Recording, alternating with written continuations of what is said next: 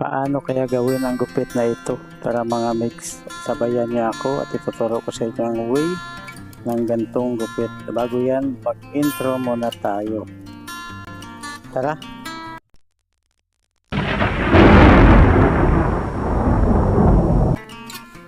Pasensya na nga po pala kayo kung ngayon na po ako nakapag-upload ng ating mga video. Gawa na medyo busy po tayo ng mga nakaraan.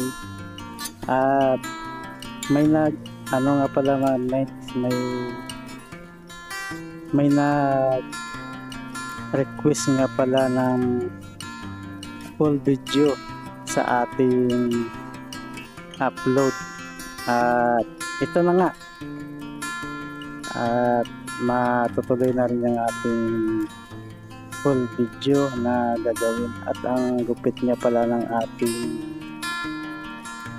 kliyente ay ang shoulder level na straight cut with full bangs na ito mga mix. At sa nag-request, maraming salamat po sa iyo dahil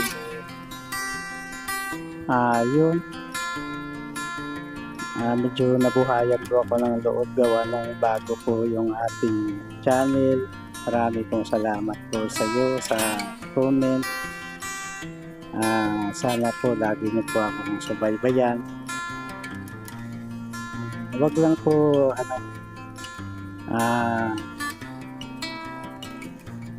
po kalimutan na mag-subscribe, i-click yung bell button para po ma-notified kayo sa ating gagawing bagong mga video. Marami pong salamat sa inyo sa suporta, at medyo nadagdagan ang ating subscriber kahit na maliit po ang ating channel. Natutuwa rin po ako dahil minsan lang po ako magbukas ng ating account sa YouTube ay na meron po kahit na pa isa-isa. So marami pong salamat. So ito nga pala client natin ay anak ng matagal ng suki dito sa aming shop mga mix.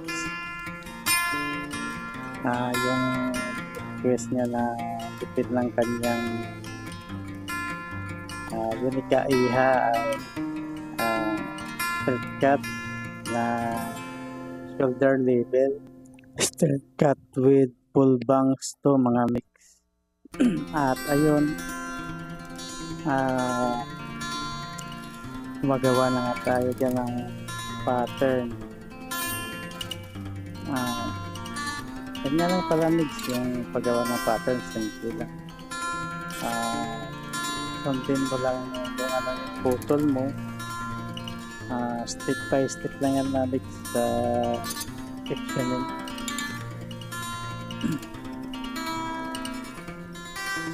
Madali lang yan, ma'am. Sundan mo lang kung ano yung haba nung nasa ilalim. Pag section mo sa mahaba, yun yung susundan mo. So ayan, medyo nangangalati na tayo sa likod, sa likuran niya, sa back area.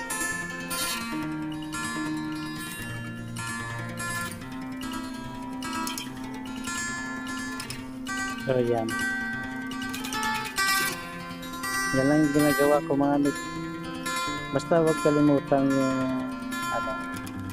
yung pag-section, kasi isa sa pinaka-importanting bagay yung mga mix sa pagugupit. Ganyan lang, kumuha ka lang ng ilang parte, basta straight mo lang siya na hindi siya bumalagbag. Kailangan yung pagkuha mo ng section dun sa part ng hahatiin, kailangan pantay siya dun sa section mo, dun sa gitna, dun sa may label na pahinga, dun section doon ko kinukuha yung part nun. Madali lang naman siya sundan mga mix kung talagang seryoso kayo. Mabilis lang. At straight lang naman po. Hindi naman po siya billiard na yung billiard kasi medyo ano siya kailangan mo siyang yung proseso ganun din. Pero kailangan mo siya step by step din yung proseso, pero iba siya. Ito, kung ano yung nasa ilalim ng kuha ko, ganon din yung pantay niya, mga mix.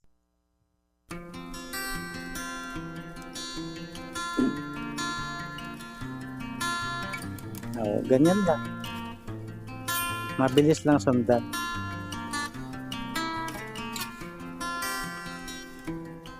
Mas madali siya.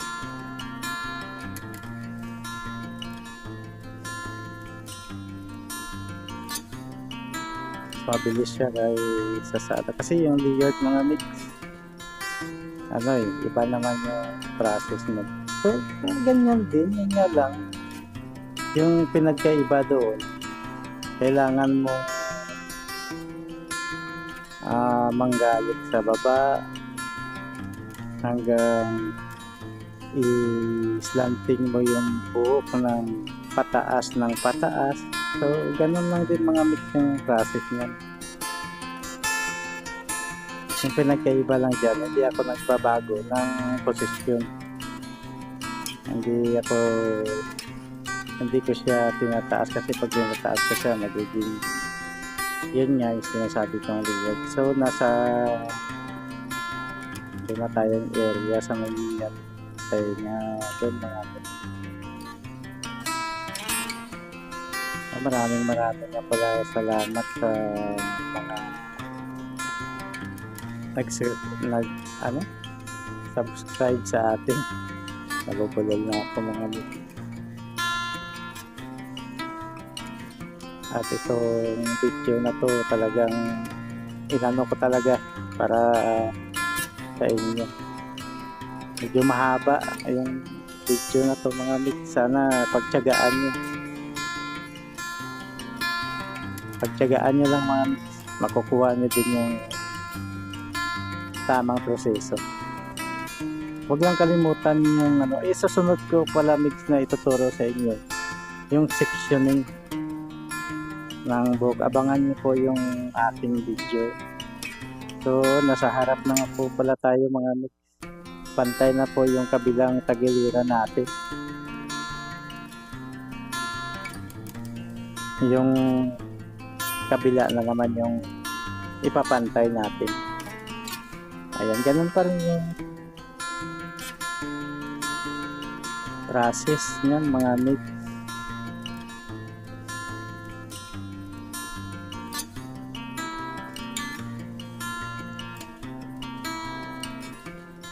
Ganyan lang. Isa-isa yung dampot. So, sa section ko dyan mga mix, medyo hindi pa siya pantay doon sa kabila. Kasi kinakapa ko muna yung doon sa kabila kung napapansin nyo. Medyo hindi siya pantay. So, nakikita ko rin. Aayusin natin na para po pumantay, para po matuwa naman ang magulang ng ating baby na client. At medyo malikot nga pala ito mga lids kaya pinipilit ko siyang iayos. Saka sa upuan ko mga mates kasi barber's chair nga pala yung yung gamit ko na upuan. Medyo nahirapan ako pero sa gantong gupit na maiksian mabilis lang naman siya mga mates. Lang siya, mabilis na naman siyang gawin. Pero pa yung mahirap dyan yung mga bandang sa likod na banda, yung V-shape na layer sumasampa sa barber's chair, kasi iba kasi yung upuan ng salon mga mix kaysa sa upuan ng barbershop. So medyo sanay ako sa ano ng salon, kasi nag-training din ako dati sa salon at doon ko din natutunan yung pagugupit ng babae. So ayan, nagpapantay na dyan tayo mga mix. At medyo okay na, medyo pumantay na. Pero yung mga mix, lagi yung i-check kung may bigla na sobra. Lagi nyo susupply yun, kasi importante yan. Kasi yung iba kasi,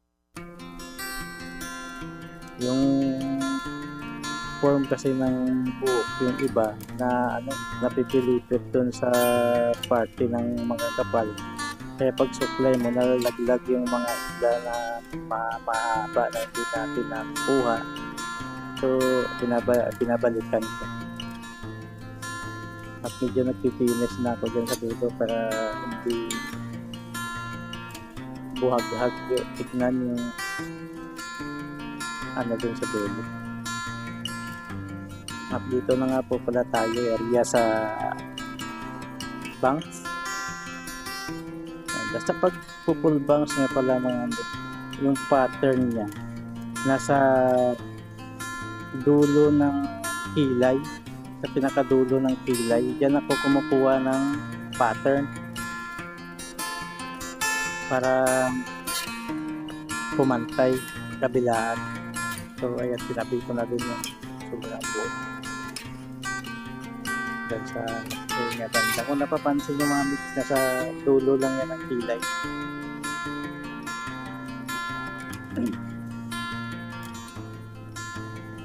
Ganyan lang yung proseso.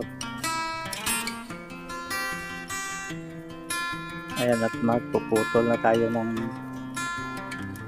full bangs ng ating batang client, batang kliyente. Ayan. So marami nga pala po salamat ma'am sir sa nag-comment. So kung saang bansa ka ma'am. So alam ko Thailander kasi marami po salamat. Sana po maintindihan niyo po yung ano, kasi po dito lang po tayo magkakaintindihan sa gupit. Sabay-bayan na lang po. Marami po salamat sa inyo. So sa pagputol nga pala ng full bang sa mga kailangan, wag nyo iangat yung buhok, i-level nyo dun sa bandang kilay, kasi pag tumaas sa kilay mga mix, hindi na maganda tignan. Dapat doon siya sa ilalim ng kilay, dapat doon siya na perform para po maganda siya tignan.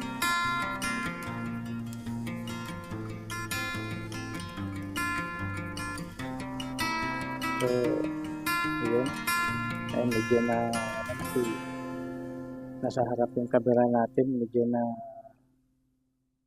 ang camera natin na tatakpan ng braso ko, pero okay naman kasi nakikita naman.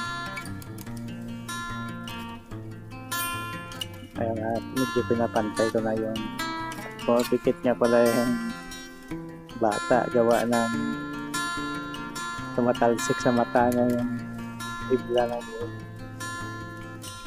At ninipis-nipisan ko nga pala yung ano dyan, yung bigla na makakapal sa bangs.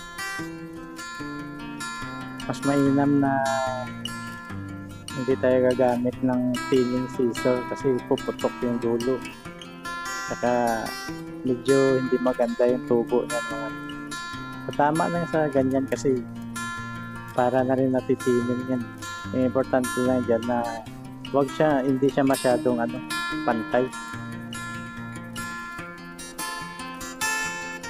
So, medyo inaano ko nga dito mga mix yung bata, gawa ng medyo malikot. So, kailangan natin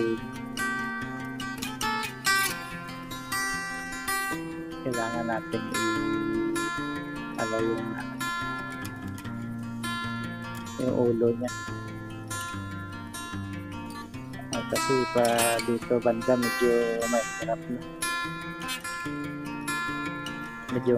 na siya i-perform. Kailangan pantay din sa kilay. Ayan, pero forma may hindi pa pantay na kailangan pang pantayin. So ganyan lang yan ganon lang process, napakadali susundan, medyo madali. Kung napapansin nyo, na sa ilalim na talaga ng kilay yung ano natin, tsaka hindi siya masyadong pantay kung napapansin nyo, kasi naka-layered na siya ng konti lang yung layer, hindi naman makapal yung kuha natin ng ano dyan, para hindi siya magiging dura tignan, maporma pa rin sa tignan. So pinaform ko na yung palibot para makikita ko kung pantay na o hindi pa, pero sa tingin nyo medyo pantay na siya. Initian nga siya ng nanay niya talagang, kaya gumanti din siya ng ngiti.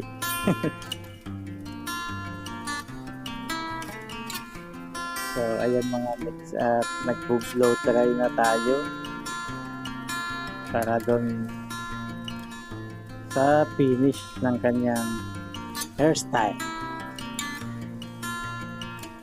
Ayan, malapit na po tayo sa ating finished product mga mix. So marami pong salamat sa inyong lahat na nag-subaybay, sa mga nag-subscribe. Marami pong salamat sa inyo. Sana po bumami pa kayo para po sa kakalago ng ating munting channel. Pero okay lang po yan. Natutuwa naman po ako gawa ng kahit pa paano may pa-isa-isa na tumatangkilik sa ating gawa. Sana po sa mga lalaki ko na mga nagugupitan, kasi po minsan na po yung mga babae, minsan na po na yung mga babae sa amin naggaw, kaya yun, kasi barbershop nga po kami at hindi naman po kami salon.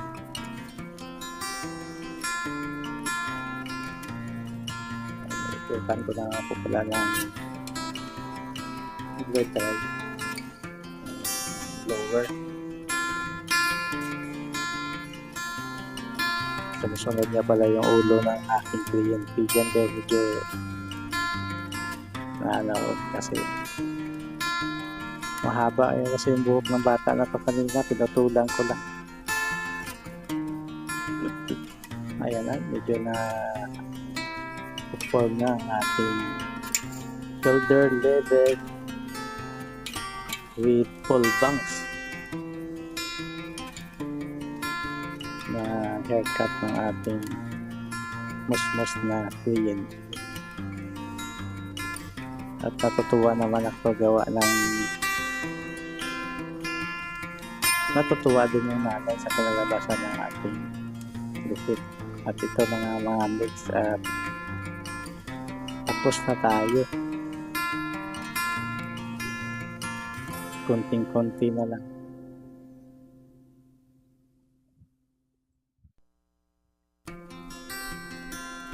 Sana po nagustuhan niyo po ang video na ito. Marami pong salamat sa inyo lahat.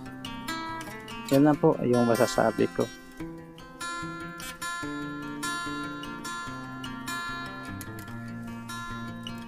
Inaayos ko na lang po yung para po gawan siya ng volume na papasok doon sa baba. So, at ito na po. Konti na lang ay makikita na natin ang ating finished product. Malapit na. So, sa huli, marami pong salamat sa inyo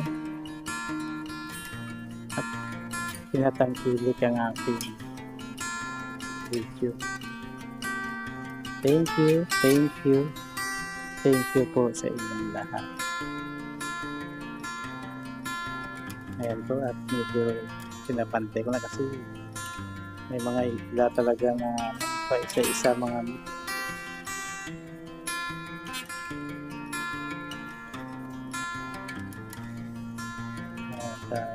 medyo para hindi po siya pantay. Tinitahin ko ng taga ko na ng konti. At yung mga mix dun sa para mag-layer dun siya sa baba para hindi po siya straight tignan. Para po yung siya, yung naka-layered pababa. Para kahit na yumuko siya, yung sobra hindi pantay.